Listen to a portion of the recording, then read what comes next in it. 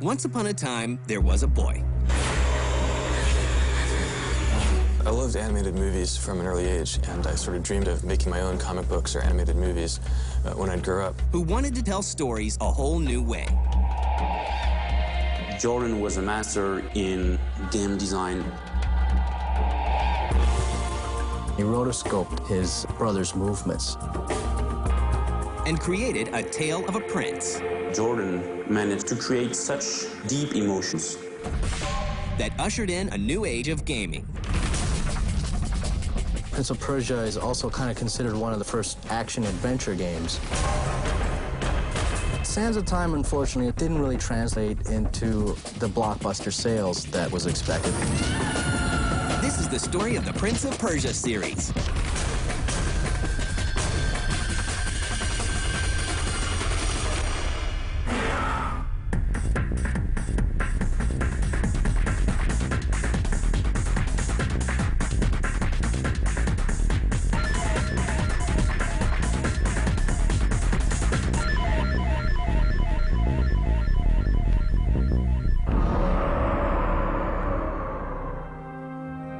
At a young age, Jordan Mechner discovers what will become his lifetime passion. I loved animated movies from an early age, and I sort of dreamed of making my own comic books or animated movies when I'd grow up. In 1979, a new computer from Apple gives him a chance to make his dreams a reality. When I was in high school, the Apple II computer was invented, and to me that was just the coolest way of telling a story on screen, that I could actually do at home without any special skills. It was beyond my means to do an animated movie or a live-action movie that would be any good. But I could do a computer game that would be pretty good. Within that, create a story in a world that people who played the game could then experience and enjoy. His interest in creating games and storytelling carries over into college. I went to Yale in New Haven, Connecticut, and I ended up majoring in psychology. But mostly what I did during my 4 years of college was go to the movies and program computer games, which really cut into studying and so forth. It's not long before Mechner's talents are discovered by a publisher called Broderbund. Broderbund was probably the biggest software company of that time. And, I mean, they were publishing all kinds of games. So if you were a game maker at that time, being hooked up with Broderbund was a pretty significant deal.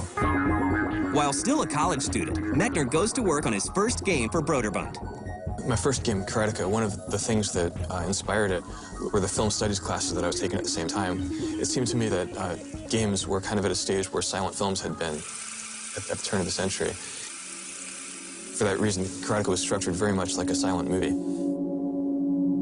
And there were a lot of technical limitations that games had at that time, which silent movies also had. Characters couldn't talk, you couldn't really move the camera. Karateka comes out for the Apple II in 1984. It sells 500,000 copies. During my senior year, Karateka was published and did very well. So when I graduated, instead of getting a regular job, as most of my friends did, I thought, well, I'll just do another computer game. Mechner graduates in 1985. 1 year later, he begins work on a new project. He finds inspiration in a famous silver screen archaeologist. There's a scene in the first 10 minutes of Raiders of the Lost Ark where Indiana Jones is running towards the ledge.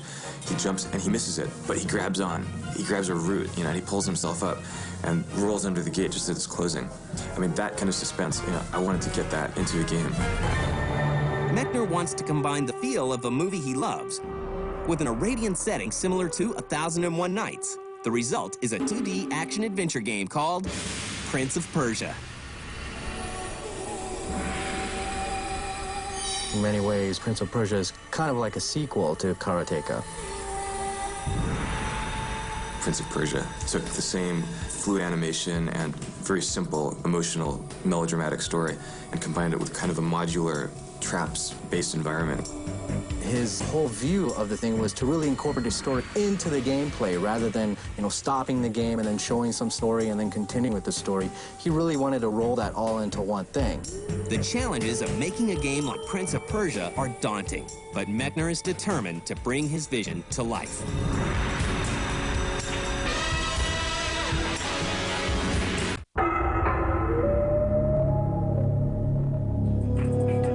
By 1986, Jordan Mechner is living in California and working hard on his newest game, Prince of Persia.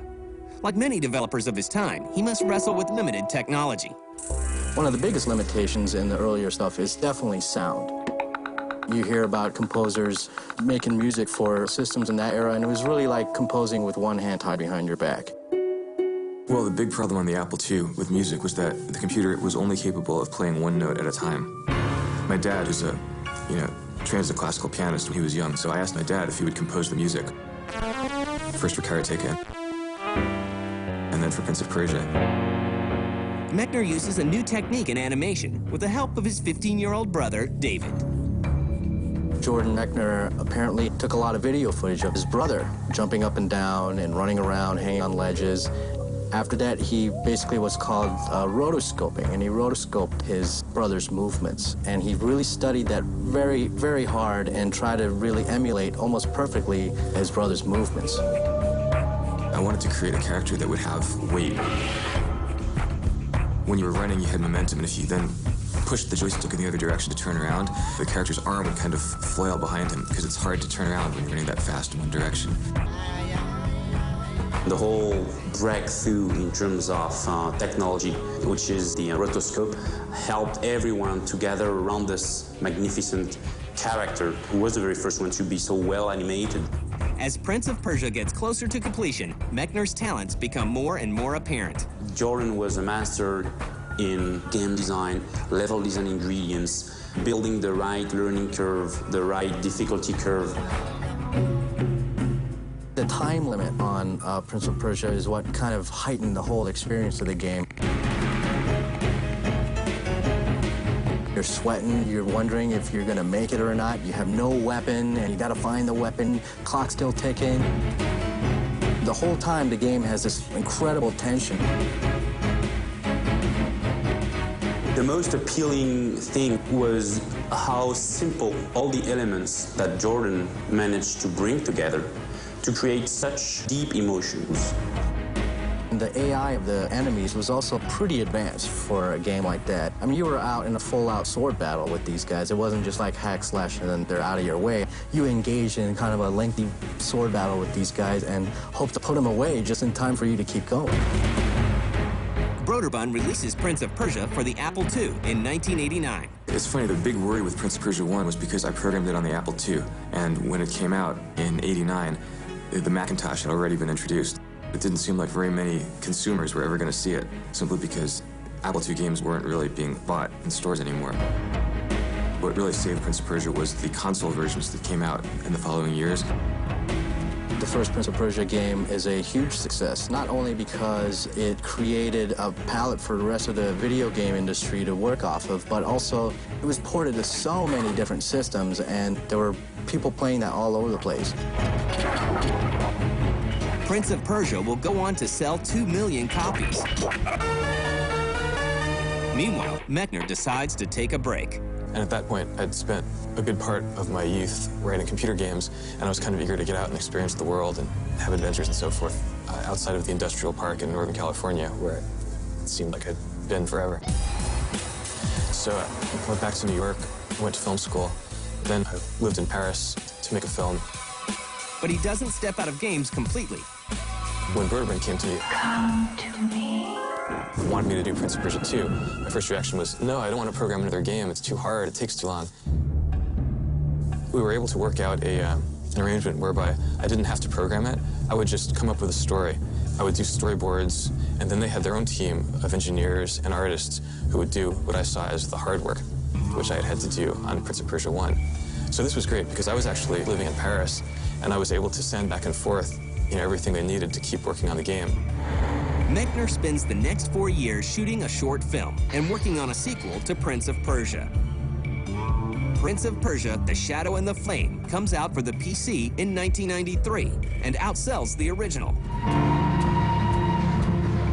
In 1997, Mechner branches out and releases an adventure game called The Last Express. The game is praised by critics, but sales are sluggish. So it was kind of this bizarre labor of love, this project that took us 4 years to do. And ultimately, there was not a huge market for adventure games in '97, especially adventure games that took place in 1914 on the Orient Express. The game is beautiful. I love the project. I think all of us who worked on it are very proud of it, but it didn't have the kind of success that the Prince of Persia games did. With the disappointing performance of The Last Express, Mechner feels like he's done with games.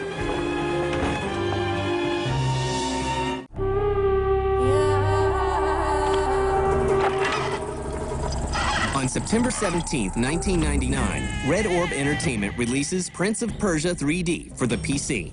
A Dreamcast port is also made, called Prince of Persia: Arabian Nights. Mechner's involvement with the games is minimal. I went on from Last Express to write movie screenplays. I did a little consulting for them on the project at the beginning, but ultimately that was a Broderman project that later became a Mattel project. Well, Prince of Persia 3D kind of came out under the radar. Nobody really paid that much attention to it. Mechner decides to take another break from the game industry to make a documentary. I took a few years off from making video games and focused on my other love, which is film.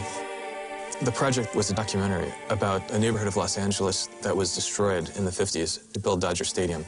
It's called Chavez Ravine, a Los Angeles story. Meanwhile, a French company called Ubisoft picks up the rights to the Prince of Persia franchise and calls on their studio in Montreal, Canada, to work on reviving the series. In secret, we were already working on very early prototype and first mock-up for the game. Jordan and I met for the first time at E3 2001, and we immediately discussed the idea of making a rebirth for this license. In July 2001, 2 months after I've met with Jordan, I invited him here to show him what the team have made at that time. And when he saw those mock-ups, those little AVIs we've made, he was totally flabbergasted. And I will remember all my life Jordan's words saying, "This is reawakening the joy of making a video game to me." I think we all saw this as a terrifically exciting opportunity to take something that was so old that we loved and make it new again.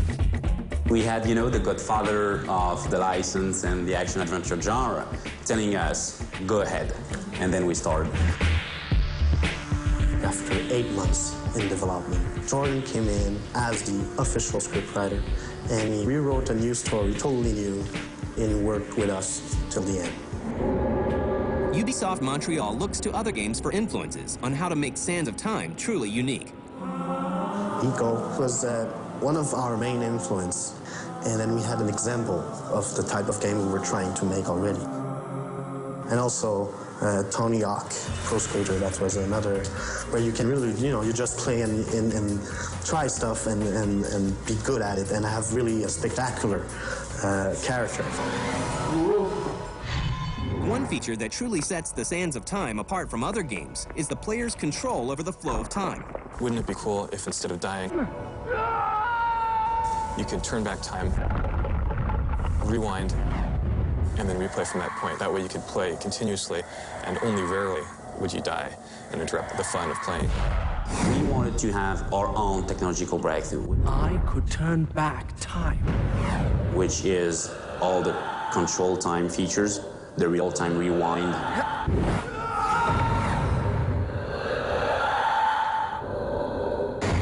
The Prince himself gets an update. We always knew that he was going to be a really agile, acrobatic guy. He's not, like, muscle-bound. He's more the kind of clever trickster. Developing a character who looked the way that the character felt to play, you know, that was the challenge. He had to have an attitude that would make gamers today really want to be the Prince and play in that world. I'm very happy with the design we came up with. As does the gameplay. A lot of 3D games are they're beautiful, but they're kind of clunky to actually play. So we wanted to have the mechanics and the camera so taken care of that it could become second nature to the player. You could just hit buttons and do a sequence of moves and have this incredible acrobatic thrill of movement. What they really succeeded with the Sands of Time is creating a very seamless animation that really makes you feel like you're controlling the character. These animations aren't just pre-scripted things, but you're causing this animation to happen. Ubisoft releases Prince of Persia: The Sands of Time for the PC, Xbox, PlayStation 2, and GameCube on November 6, 2003. Sands of Time, unfortunately, is one of those games that was a critical success. It had great reviews. It said it was an excellent game, but it didn't really translate into the blockbuster sales that was expected. To to the point that even a couple months later, Ubisoft bundled Splinter Cell with Prince of Persia. You buy Prince of Persia and then you get a free Splinter Cell. After a relatively slow start, Prince of Persia: The Sands of Time sells more than 2 million copies worldwide. The way that, the gamer have appreciated the game has been really, really good for us. We were very surprised, yeah. The Prince has returned, and his new adventures are just beginning.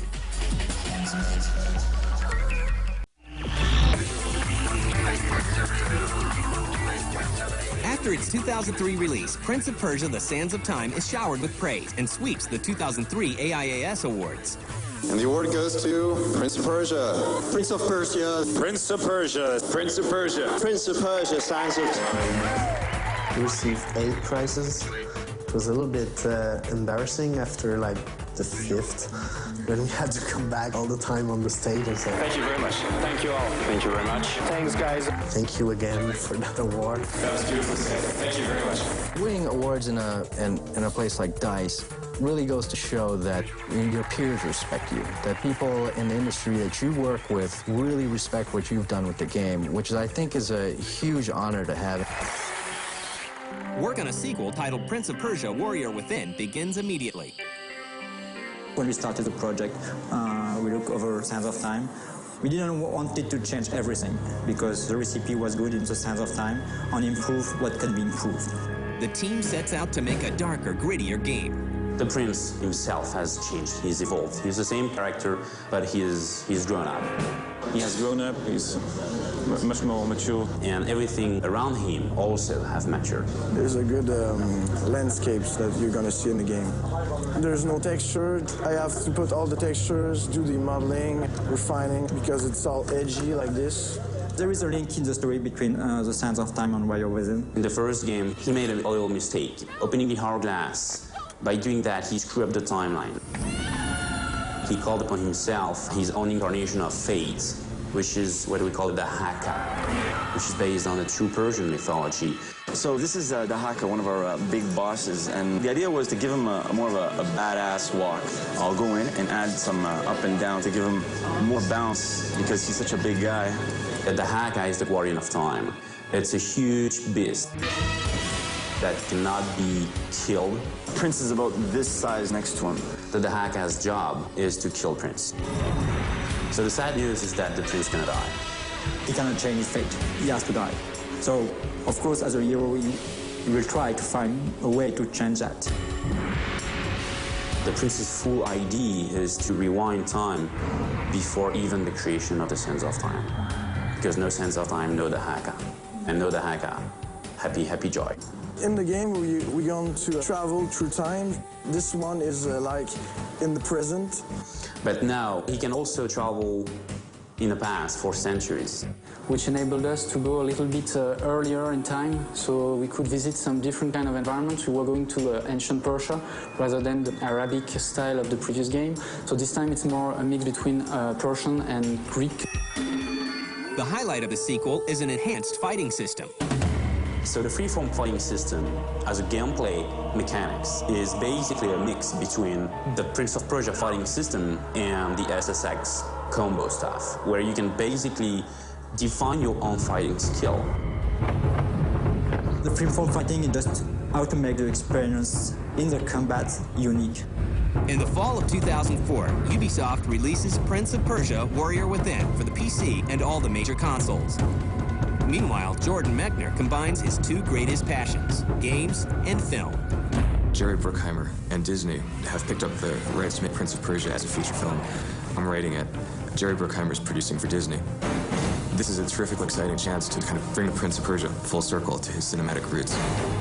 As Jordan and the Prince tackle the challenges of the big screen,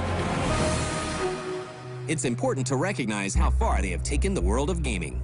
Not only that, but Prince of Persia is also kind of considered one of the first action-adventure games that really spawned a whole bunch of different action-adventure games like Tomb Raider. Prince of Persia was a very important franchise 10 years ago with Jordan Mechner, and we have made a great work with the team. Now that Prince of Persia license is something that we want to push forward for the future.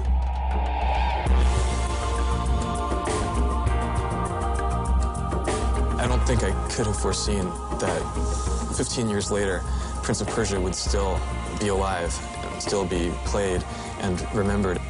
You know, that's probably one of the most rewarding aspects.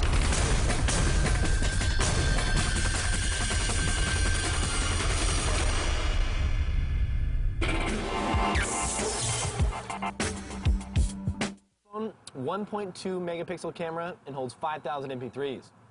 Wow, that's really impressive. Oh, hold on a second, sorry. Hello? Yeah, hey, I'm in the middle of lunch. Can I call you back? All right, cool, thanks. So that's a lot of MP3s. Yeah. See the best, greatest, biggest, shiniest, coolest, and blinkiest new stuff coming next year when the Screensavers goes live at the Consumer Electronics Show January 6th and 7th at 7 Eastern. Hold on, let me put you on speakerphone. No.